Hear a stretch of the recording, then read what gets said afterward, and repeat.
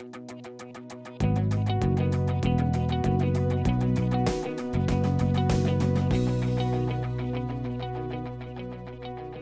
going to kind of continue with a theme that we've had for the past several weeks, which is really no theme.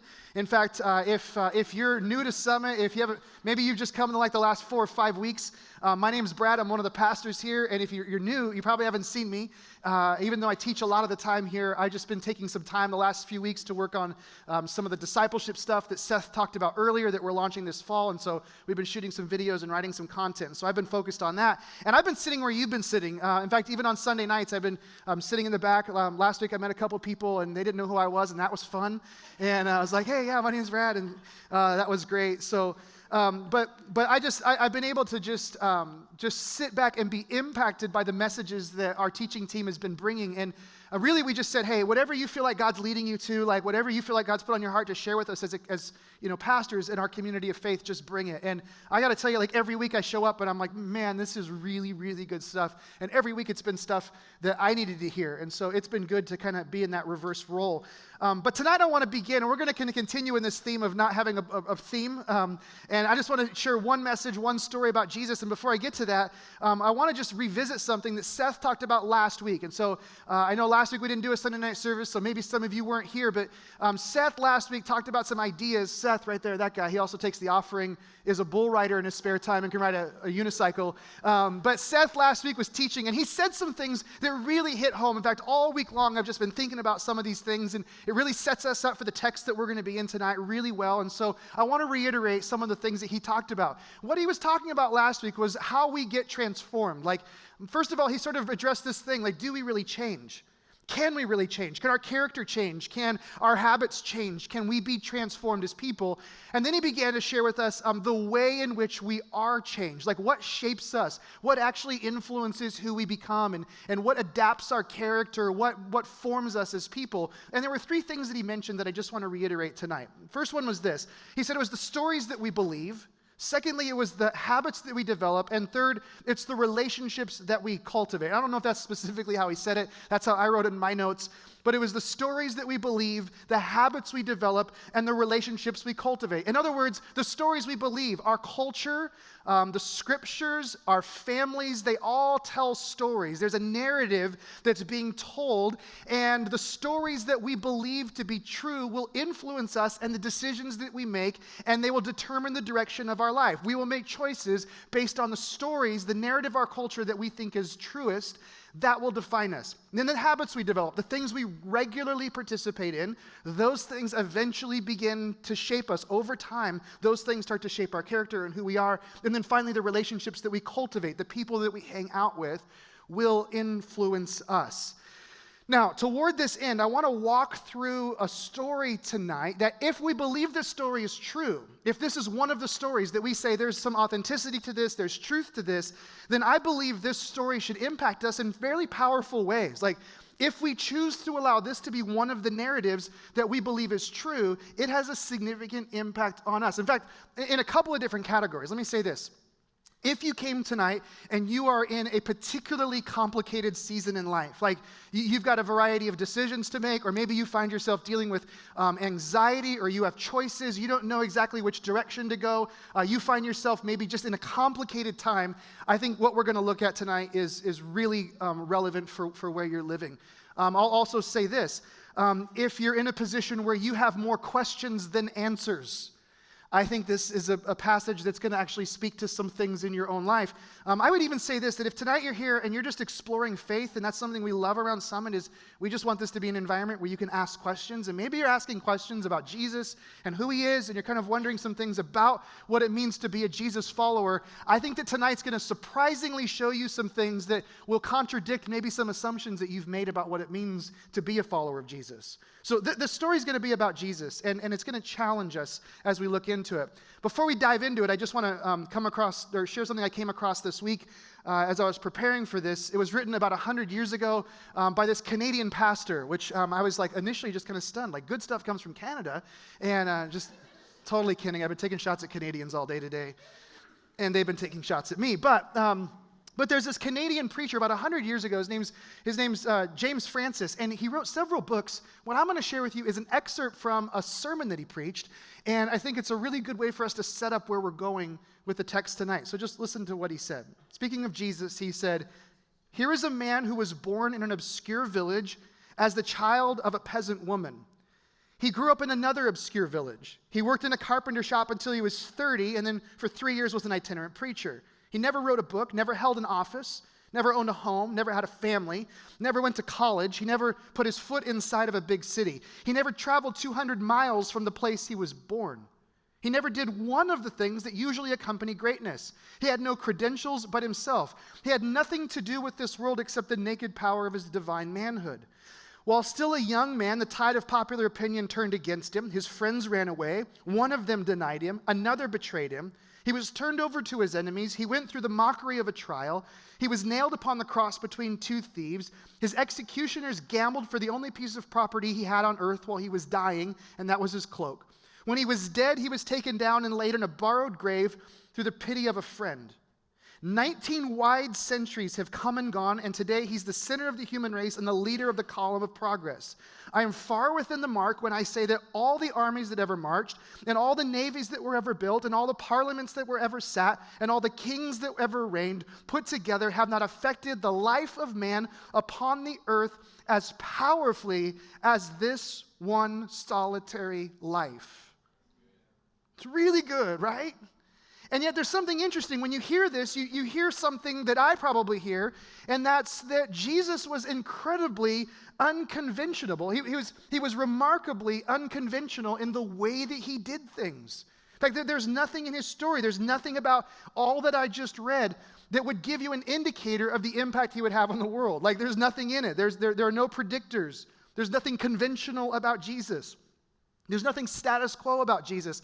It's not like Jesus was doing these things and then there were these leadership books or influence books that were being written during his day, and like Jesus was doing this stuff and people were like, "Oh yeah, no, he's been reading these books on leadership, and so that's why he's throwing himself on a cross for people." Like, no, like there's none of that. Like, nobody ever said the way to change the world is to do the things or even not do the things that you're doing here.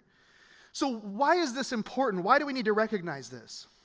It's important to recognize because stories like the one that we're going to be looking at tonight, they not only reveal the unconventional nature of Jesus, but I think it also challenges us to be unconventional in our discipleship to him. Like, if Jesus is that unconventional, if he's that different, that probably means his disciples are fairly unconventional in the way that they pursue him. Like, if this is true, then we're probably being asked to do far more than just think of Jesus in very conventional terms and follow him in very conventional sorts of ways. And by the way, if you're struggling, if you find yourself saying, you know, I get that there are these promises of Jesus, and I understand that there are experiences that people should be having that follow Jesus, but they're not consistent with you. You say, that's not a reality for me. I'm not actually experiencing those things. Maybe the reason is that you're following a conventional Jesus of your own imagination in very conventional ways that work for you, rather than experiencing him in his unconventional nature. So this story we look at tonight, it's in Matthew chapter 14. And if you have a Bible, it can be on a device, or if you actually have one of those paper things that's called a Bible, you can open that up to Matthew chapter 14. Verse 22, if you want to take some notes tonight, there's going to be a few observations that we're going to make. Before I start walking through these verses, I want to just give you the context for what's happening, what happens before the story that we're looking at tonight. And the story before the story is actually one that we know, and a lot of us are familiar with it, because it's the story where Jesus is gathered on the shores of a lake, the shores of a small sea, and he's been teaching some people, and they're really hungry, and long enough hungry that they're probably a little hangry. It's getting towards the end of the day, and there's no food to feed these people, and then Jesus finds this little boy, the disciples find this little boy, and they bring him to Jesus, and he has some loaves and some fishes. How many of you have heard this story? Right? So kind of an amazing story where Jesus does something completely outside the box. He blows everybody's categories, and with he and his disciples, they just start distributing the food, and somehow when they're done, everybody among 5,000 people eats. Like they all eat and they're all happy because people get happy when they eat. That's just like a normal thing, right? All people everywhere get happier when they eat. And so they feed everybody and they're just like blown away. So people then, because they've never seen anything like this and now they're experiencing the benefit of Jesus' unconventional nature, they begin to press in around he and his disciples. It's like they want more, not just food, but they want more of his teaching. They want more of his influence. They want more of this Jesus who's being shown to them. So when we pick up the story, it's immediately after these people have been fed, the loaves have been gathered up, there were actually leftovers, which is unbelievable, and then now we read this in verse 22 of Matthew 14. It says this. It says, immediately he made the disciples get into the boat and go before him to the other side while he dismissed the crowds. And after he dismissed the crowds, he went up on the mountain by himself to pray. When evening came, he was there alone, which, by the way, there is a very introverted part of who I am, and I love this part of who Jesus is, right? And those of you that are introverts, you probably go, yeah, that sounds really nice. Like, even tonight, I don't mind being at church for a little while, but I want to go be alone, right? And that's what Jesus does, right? He's like, I got to get out of here. And so he puts the disciples and sends them away in the boat, and then he goes, I've got to go spend some time away. I got to just like spend some time in prayer by myself. And we come to verse 24. It says, but the boat by this time was a long way from the land, beaten by the waves, for the wind was against them, and in the fourth watch of the night, let me just explain, in the fourth watch of the night, this is somewhere between 3 and 6 a.m., so this is in like the middle of the night, early morning hours, right? They're battling the waves. They're exhausted. So some of us have had nights like this, right, where you've had to work on something through the night, or you've had to weather some sort of storm. Maybe you were camping. Maybe you had some sort of experience. Those of you that have had kids, maybe you've had a kid that was sick and you're just exhausted and the kid's not doing well in the middle of the night. You're just battling and there's that exhaustion. You're like, is this going to ever end? Will these kids ever grow up and leave my house? And the answer is yes, they eventually do. But you just, there's these nights that just seem like they will never end and you're exhausted and you're battling. That's what's happening here. It's the fourth watch of the night and they're exhausted. And then it says in the next verse, it says, and he, speaking of Jesus, came to them walking on the sea. But when the disciples saw him walking on the sea, they were terrified and said, it's a ghost. And they cried out in fear. And immediately Jesus spoke to them saying, take heart, it is I, do not be afraid. And Peter answered him, Lord, if it is you, command me to come to you on the water. And he said, come. So Peter got out of the boat and he walked on the water and he came to Jesus. But when he saw the wind, he was afraid and beginning to sink, he cried out, Lord, save me. So Jesus immediately reached out his hand, he took hold of him, saying to him, oh, you of little faith, why did you doubt? And when they got into the boat, the wind ceased and those in the boat worshiped him, saying, truly you are the Son of God. Now, there are some observations that I think might challenge some of our thinking around Jesus that I want to make tonight as we start to unpack what's happening here. And the first thing I really want you to catch is this, that Jesus sends his disciples into the storm. Did you catch this? Jesus sent his disciples into the storm. Like the disciples didn't choose to go for a boat ride. They were like, hey, you guys want to go for a row? And like, let's jump in the boat. And like, Jesus, you need some alone time. We're going to go like row the boat for a while and you can catch up with us later.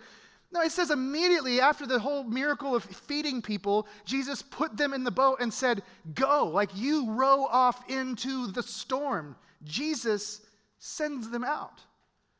We're talking about Jesus doing this. And I think about this whole scenario, I go, well, Jesus could have done any number of other things in this. Like, first of all, he could have just had them hold out and wait, right? Hey, guys, I need some alone time. I'm going to go spend some time praying up in the hills.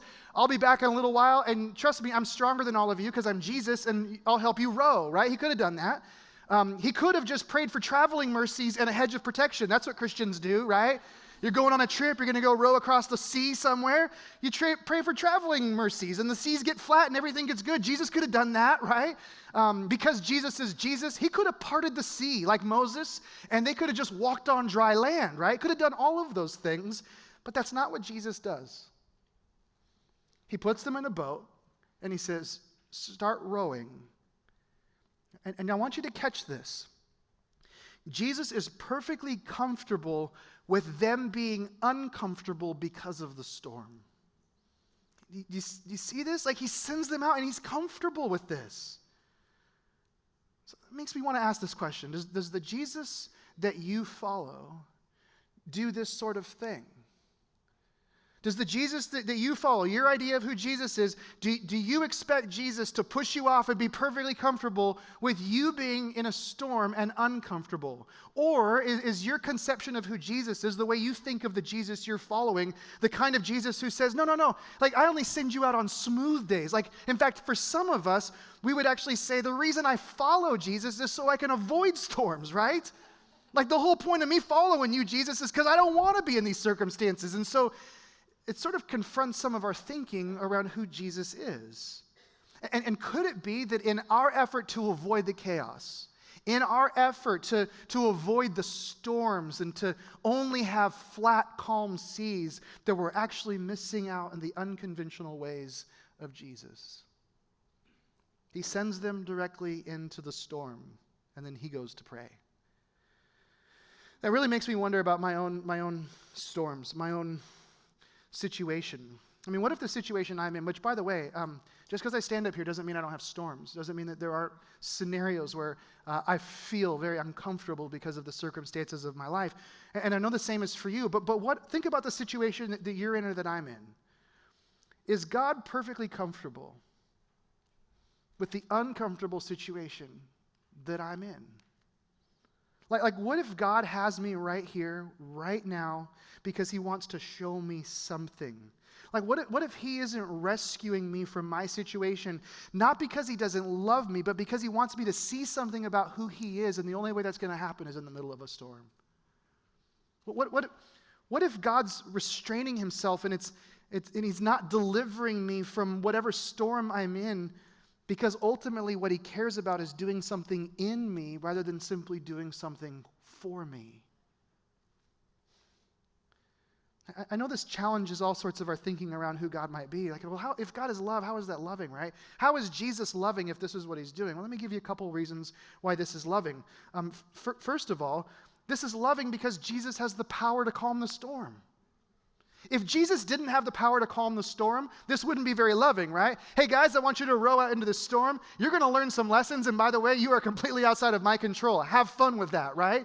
That's not very loving, but Jesus has control over the storm. So he sends them out into circumstances he has complete control over, and he proves that later.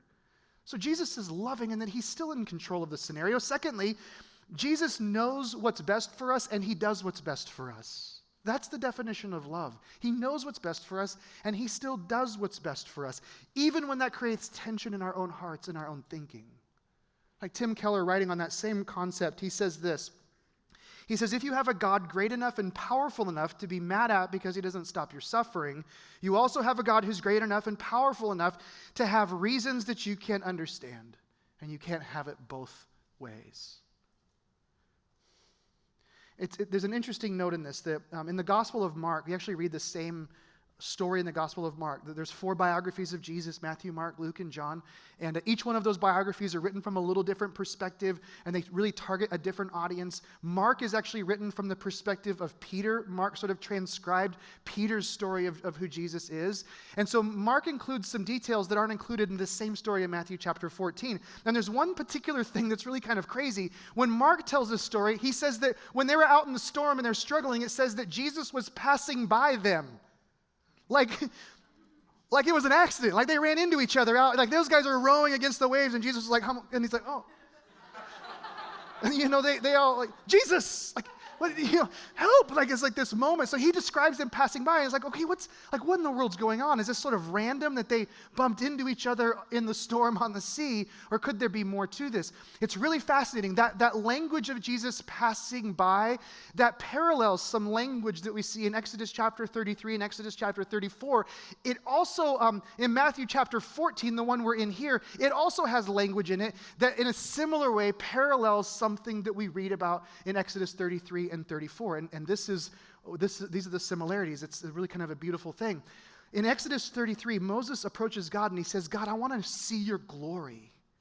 Like, I want to see you. I want to know you. I want you to reveal yourself to me in a powerful way. And so God says to Moses, I'm going to do this, but here's what you're going to do. I'm going to hide you in the cleft of a rock. I'm going to kind of shove your face down in the dirt. And then I'm going to pass by you. Like my glory is going to pass by you. It's going to pass you by. The same language that Mark uses to describe Jesus when he passes by the boat. He says, I'm going to pass by you. And then when you read about this happening, the Lord reveals himself to Moses and he says, this is who I am. I am the Lord. Now, I know you probably didn't bring a Greek New Testament with you this evening, but when we come to Matthew chapter 14 and Jesus is walking by the disciples and they cry out, he says, take heart, it is I, do not be afraid. But if you actually look at the Greek language, and instead of saying it is I, he says ego eimi. That's the Greek word, ego eimi. He says, take heart, ego eimi. Ego eimi is translated literally, I am. It's one of the names of God. It's one of the names that God uses to say, like, before everything was, I am. Jesus, in this moment, he's passing by the disciples. He's revealing his glory to them. And then when they call out to him, he says, I am, I am. I am the creator of the storm that you sit in. I am the creator of this universe in which you find yourself. Jesus is saying, this is who I am. You are seeing me in all of my glory, and it is in circumstances that you never would have imagined. See, for them, they probably thought it'd be a really great worship service at Summit Church on a Sunday night. Like, that's when we're going to see the glory of God. But in the middle of a storm, in the middle of these sorts of circumstances, I don't know the specific storm that you're facing. Some of our storms are really obvious. They're really simple to ask people to pray for. Sometimes we lose jobs. And we have relationships that just blow apart, and we have financial problems, and sometimes we have just situations that take place, and then some of those things are really easy just to put on a piece of paper or to tell a group of people and say, man, would you pray for me? I'm walking through this storm. Others of us, maybe it's not that forward to identify. Maybe it's not that clear and it's more nuanced. And for some of us, maybe it's just emotional things. Maybe there's anxiety that we deal with, or maybe there's depression or sadness that we're wrestling with. Maybe they're just these questions like, do I really believe these things and do I lean into them, or do I just sort of like muddle my way through life? And so we wrestle with our experience. It doesn't matter if it's obvious or if it's nuanced. The point is, all of us are in storms, like all of us. Everybody in this room, like nobody gets to live a storm-free existence. Like that does not exist in the world today. And what if the place that we are in, whatever storm we find ourselves in, is the place where we will see Jesus in all of his glory? Not when he calms the storm, but before he calms the storm. I mean, what if, despite our thinking that if Jesus is Jesus, we'd have smooth sailing, he unconventionally meets us in the middle of that weird tension, those moments when we feel anxious and we feel sad and we don't know what to do and we are frustrated? What if in those moments when our anger is boiling up inside of us or our nervousness is seeping out of our pores, what if it's right in the middle of that moment that we actually see Jesus for who he is? I love this moment where Peter calls out to Jesus to save him. He's thinking, hey, Jesus, save me. I love this because, do you notice that Jesus, he doesn't tractor beam Peter out of the water. He doesn't use the force. It's not like, okay, and kind of raises him up and levitates and pulls him towards him. You notice in the story that Jesus reaches down. He reaches down and he takes his hand. Like there's this relational intimacy that Jesus exhibits towards Peter. He could rescue him any way. I mean, the God of the universe who created everything, including the storm and the seas that they're in, he could have chosen any way to save Peter, and yet he reaches down and he touches him in the middle of this. I think that just tells us something about who God is, that we have this God that has all this power and this might, and instead of just snapping his finger in our circumstances and making everything smooth and fixing it all, he says, no, I'm going to step into humanity, and I'm going to live a life that you would never have the opportunity to live, and I'm going to die the death you probably should be dying. But the reason that I'm going to do that is so that when you cry out to me in the middle of your storm, you actually have a hand that will take hold of you and pull you up. See, I want you to understand something about who Jesus is and about our faith, and this is really important for you to get. We are not rescued by the strength of our faith, but by the one in whom we put our faith. The Christian life, it is less about us having this audacious faith as it is about putting your faith in something that's powerful enough that you can have that kind of faith. It's not like we have this like faith orb inside of us, so we just get it really going. Like, oh, I'm feeling really good about my faith. And when you feel strong in your faith, that somehow is what's going to rescue you. Like Jonathan Edwards on this same subject, he says, there are many religions whose belief is every bit as powerful as ours. They're just as convinced and just as devoted as we are. What makes faith worthwhile is not its strength. It's not how convinced you are or how much you believe, but it's the object of your faith. It's what you believe in. It's the object of your faith. So let me just give you this example. If I'm walking alongside of a cliff and I stumble and I fall off of that cliff and I reach and grasp for something, we've all seen this in cartoons and movies, right? There's always on the edge of a cliff, there's always a root or some branch that's hanging there, right? If I'm falling off of a cliff and I turn and I reach for the branch or the root that's hanging out, do I stop and do I evaluate the ability of the branch to hold me in that moment? Like, do I analyze and go, well, it looks really well grounded, or no, that looks kind of flimsy and I'm not sure that it's going to really, do I worry about my trust in the branch, or do I just grasp onto it?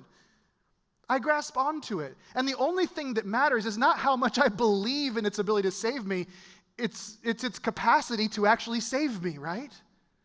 That's the nature of our faith. It isn't the strength of our faith that saves us, it's the strength of our Savior that saves us, that makes that faith worthwhile. So what do you trust in? What do you reach for? Can I just say this? Like, we reach for so many things in the middle of storms. Like, when we're wrestling with all this stuff, can I just say this? Like, if you're married, will you just take the pressure off your spouse to be your Savior? And if you got a job somewhere, will you take the pressure off your boss? And will you take the pressure off your kids if you've got kids? Like, they don't need to be perfect. They don't need to be superstar athletes. And will you take the pressure off your friends to fulfill all your needs? Will you take the pressure off your parents to be perfect parents? Will you take the pressure off your academic or athletic performance? Will you take the pressure off of your money? Okay, here's the thing with all that stuff. All that stuff is perfectly fine. It's all pretty neutral, but all of that stuff, it makes horrible gods. Like, if you turn those things into gods and you grasp those in storms, you will be let down. We simply need to come to a place where we say and do what the disciples did at the end of this. In verse 33, it says that those in the boat worshiped him, saying, "Truly you are the Son of God." They fixated on Jesus. Do you see this? It wasn't like, hey, Jesus, thanks for calming the storm. That's not what they were talking about. It was just they were blown away by Jesus. It wasn't like, hey, thanks for getting us into that new house that we wanted. Thanks for getting us into that new car that we wanted. Thanks for getting into the school that I wanted to go to. Thanks for providing that girlfriend or that boyfriend that I want. Like, that's not what this is. It is just Jesus-centered. It's all about Jesus for them. They didn't notice the storm because they were focused on Jesus. There's all sorts of fascinating imagery that's woven through this passage, and one of the ones that I just want to give you before we close tonight is this idea that in the Old Testament, whenever the seas, whenever the oceans are referenced, the imagery of the ocean is always imagery that's used to capture the sense of uncertainty that human beings live with about life. Oceans have always been characterized by uncertainty. Like, oceans represent a power. They represent an unknown nature to things. We've always talked in mythology about things that live in the ocean, whether it's the Loch Ness Monster or the Leviathan or, whatever it might be, massive giant sharks, the Megatron or whatever it's called, or Megalon, Megadon, I don't know what it's called. It's like Jaws 2.0, that's all it is, right? But we always kind of fascinate ourselves with what's going on in the ocean, and just sort of represents the unknown, uncertain nature of life. And so when you read in the Psalms and you read in the Proverbs, and there are these references to the oceans and to the depths, those references are talking about our uncertainty, that there is a certain amount of uncertainty that human beings just live with. So now fast forward to this moment, and the significant statement that Jesus is making, that when he shows his glory to his disciples, it is standing on the seas, which represent the depths of uncertainty that people live with in their lives. It is in the middle of the storm, on the sea, and he says, in this moment, I want you to get that I am greater than your greatest fears. And as long as I'm with you, you've got nothing to fear. See, this story is confronting the myth of our culture that says the boat's the safest place to be. That's the myth of our culture. Safe. You want to be safe. Be conservative. Be conventional. And that's the myth that we buy into. We decide this is what safety looks like, and then we ask Jesus to deliver us to safety. Let me just challenge you. Don't buy the lie that the safest place that you can be is in the boat. Jesus reveals here that the safest place that you can be is by his side in a very unconventional way, in very unconventional circumstances. See, Jesus, he doesn't just conquer the storm, he conquers sin and death. And Jesus doesn't just rise us up over the waves, he rises us up over the power of death, and he gives us the power of the resurrection. And the best place we can be is living in this space with Jesus. I love this epic moment where Peter sees Jesus, and in the chaos of the storm, like if you want to translate it to our times, Peter didn't have the margin in his life.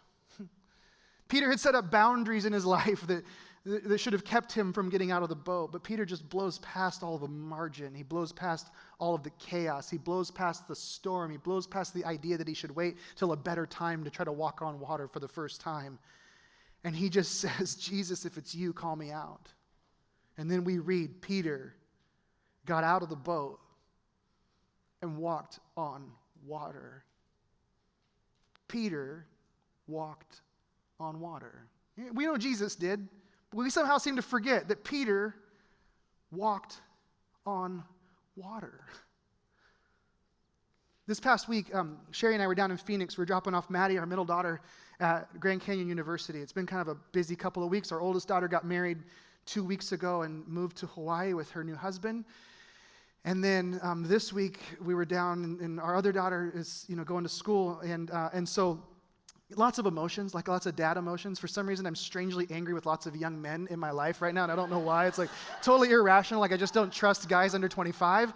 And so it's just like a thing. So we were down, and we're at Grand Canyon University where she's going to school, and I was just being like the typical dad, and like my oldest daughter, I didn't get to go on that trip to drop her off at school, but I did get to go on this one, and so I'm just like monitoring everything, like how's the security? Like I went to that school, I know the neighborhood it's in, and I'm like, man, the security better be really good, or I'm not leaving. I'm going to school with her, and I'll just fly home for the weekends and preach, and I'll just study down there, and so like I'm monitoring all this stuff and kind of watching. I'm kind of getting a lay of the land. I'm kind of liking it, and then I'm just kind of geeking out on being the dad who's there. Like I would have bought the shirt if Sherry would have let me, but she said, we're not doing that. You're not going to be those parents.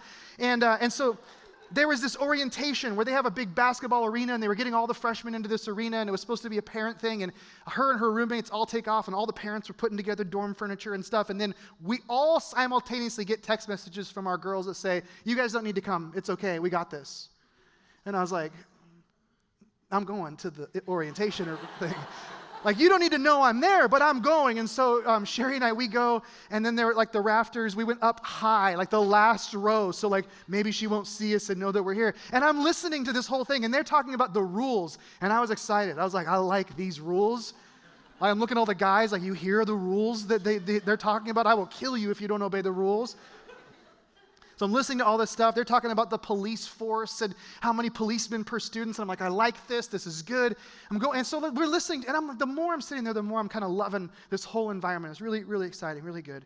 And then towards the end, there was this guy that gets up, and I think he's like the student body president. He's a senior. He's going to talk to all these freshmen. And he starts talking, and he says something I never expected him to say. He gets up, and he goes, so I want you guys to know, when I first started coming here, Grand Canyon was my second choice. I didn't get into the school I wanted to go to, and so I really wasn't very happy to be here. And he goes, all these people are running around, they're all enthusiastic and wearing purple and jumping around and acting excited. And he goes, honestly, their enthusiasm made me hate them. And he said, so I just was like grumpy, and I kind of pulled away from the whole thing, and I just kind of sat in my dorm and avoided all the school spirit, college junk. And he said, and then we started the second semester, and he said, I realized I wasn't having any fun, and everybody else really was. And he said, and so one night I was just sitting in my dorm, and I realized I don't really have anything to lose if I go, and he said this phrase, he said, if I go all in. He said, if I go all in, I really don't have anything to lose. And so then he goes on with this whole talk about going all in, and being a part of it and just like what it looks like to just push everything to the middle of the table and to not have any regrets and to say, man, I'm going to soak in all of this experience. And as he was talking about this, I just began thinking about this idea of following Jesus, this idea of Peter getting out of the boat, this idea of what it looks like for you and I to follow him in unconventional ways. And I just realized that for many of us, what we need is for somebody to stand up and say, would you go all in? Would you get out of the boat? Like, go all in. So Sherry and I, we were spending the next couple of days driving around, and we were talking about being all in and what it looks like to be all in. And let me just say this, just one thing that you can catch tonight. Unconventional followers of an unconventional Jesus go all in regardless of the circumstances. They don't sit around and go, man, I just need more time. I need more money. I just need to get some things done. No, they get out of the boat when the storm is brewing. And they go, no, you know what? I'm going to follow Jesus no matter what, no matter where. That's what I'm going to do. As Sherry and I were talking about this, we I don't know, I just started kind of ranting a little bit, and then I decided I'd rant tonight a little bit about this, going all in, and I just want to say a few things about what it looks like to go all in. And let me just say to parents that have kids, would you please go all in for your kids' faith? Go all in for your kids' faith. I see so many parents today who are spending so much time and so much energy trying to get their kids an athletic scholarship. And let me just say this, your kids aren't really that good at sports. They're not. And you're paying people to tell them they're good. That just is the way that whole system works. And they're probably not going to get a scholarship. There's not that many. So would you please just invest in their spiritual life? I've never had anybody ever in 25 years of ministry come to me and say, Brad, I really wish I would have emphasized their relationship with Jesus less. Nobody's ever come and said, they love God so much, they're not really doing anything with their life. I've never heard anybody say that. I've had plenty of people come to me when their kids are juniors and seniors in college, or when they've gotten married and they're living off in some far place, and they say, would you please pray for my kids? I never really showed them how to love Jesus. I never showed them how to have a relationship with Jesus. I've had plenty of those conversations. And so parents, if you have kids, would you please go all in for their faith? Every single week, there's a group of people who pour themselves out to make Jesus the most relevant, important, impactful person in their life here at Summit. And the more you do to leverage that, I believe the better off your kids are. It's way better than them getting a college scholarship. And let me also say this, when they get to junior high and high school, would you prioritize things like youth ministry? Again, 25 years of ministry, and I'm just going to tell you this, 25 years of ministry, and when I was in college ministry for a really long time, and when I would meet college students that were in their junior, senior year, graduating, heading into life, and they were just navigating the bumps and the bruises of life with grace and peace and joy, time and time again, and I know there are exceptions to this, but time and time again, those are the students whose parents laid a foundation and said, no, I'm going to do everything possible so that you're a part of a youth ministry, a student ministry, that you can build relationships in with people that actually love Jesus that are your age. Time and time again, that's the case. And so if that means that you got to pick them up early from practice and you got to bring them here a little bit late and you got to have them eat dinner on the way here, you would do that for their academics, you would do that for their athletics. Would you please do that for their faith? Go all in for your kids. College students, let me just tell you this. Go all in. Every single week down at Summit U, there's a group of young adults that gather. The reason that we prioritize that ministry is because we believe that in this season of your life, when you are making decisions about who you will marry and what you will do and where you will live and where you will go, that the most important thing you can do is have a tight relationship with Jesus. So will you go all in? Invest yourself in those things. Develop the relationships. Listen to the stories that are true. Develop the habits. Couples. Can I just say this to married couples in the room? Jesus says some things about what it looks like to be married in his kingdom that are very different than what our culture says. For example, Jesus says that men should lay down their lives for their wives the way he did for the church. And last time I checked, Jesus died for the church.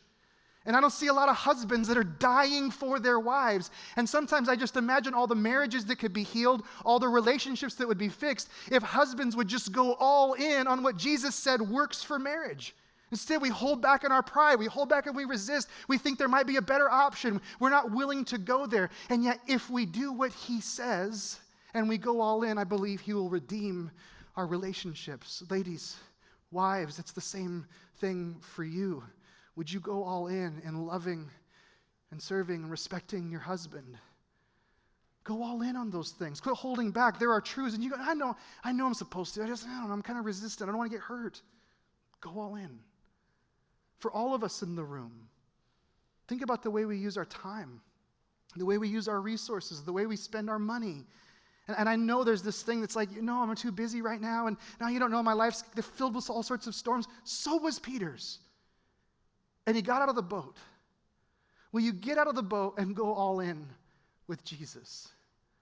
By the way, I don't think any of the disciples, when Peter got in the boat, I don't think any of the disciples said, "Oh, Peter, you're an idiot. What are you doing?" I guarantee every one of them, you know what they thought? Why didn't I get out of the boat? I could have walked on water. And I don't want you to end your days, and I don't want to end my days saying, why didn't I go all in? Why didn't I swing a leg over the side? Why didn't I try to walk on water? Why did I wait for things to calm down? Why didn't I just jump in and go all in for Jesus? And if you do, maybe in the middle of that, you will hear him say, take heart. I am. And you got this. Amen? Would you stand with me?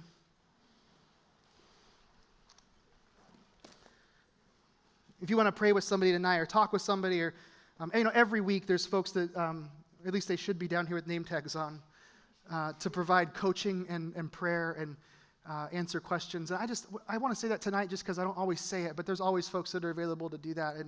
And now as you go, I just want to keep this really simple. You can probably guess what I'm going to say.